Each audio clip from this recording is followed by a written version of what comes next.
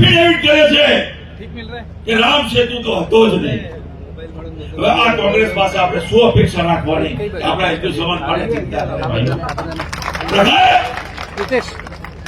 માટે આ સૌને હું વિનંતી કરવા આવ્યો પ્લીઝ પહેલેથી કારણ કે પાછળ ભગવાન ડિસ્ટર્બ શ્રી થાય. રામજીના જન્મસ્થાન માટે હજારો કાર સેવકો બલિદાન આપ્યા. એટલે બાકી બધાની લાઈવ છે એ લોકોને ડિસ્ટર્બ થાય છે પ્લીઝ. અને આપણે આપણા ભગવાન શ્રી રામ ત્યારે ચુકાદો મળે આવી સ્થિતિ આ દેશમાં ઉભી કરી હોય તો નામ ફક્ત ને ફક્ત આ નામદાર સુપ્રીમ કોર્ટમાં કોંગ્રેસ ઉભી કરી છે.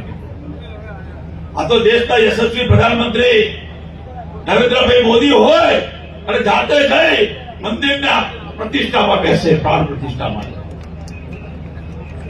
મા ભારતીના મુગટ સમાન 370મી ધારા દૂર કરી હોય અને એ વખતે મહેબૂબા મુફ્તી કે ઉમર કે ફારૂક કે આલિયા માલિયા કહેતા હતા કે લોહીની નદીઓ વહેશે,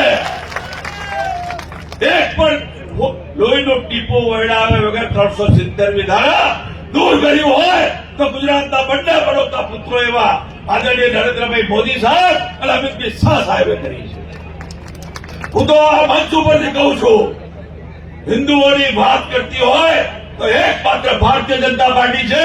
માટે હિન્દુ સમાજને વિનંતી કરું છું, આપણી પાસે ગમે તેટલો પૈસો હશે તો પણ બેન દીકરીઓની સુરક્ષા અને સલામતી નહીં હોય તો એ પૈસો કોઈ જ કામનો નથી.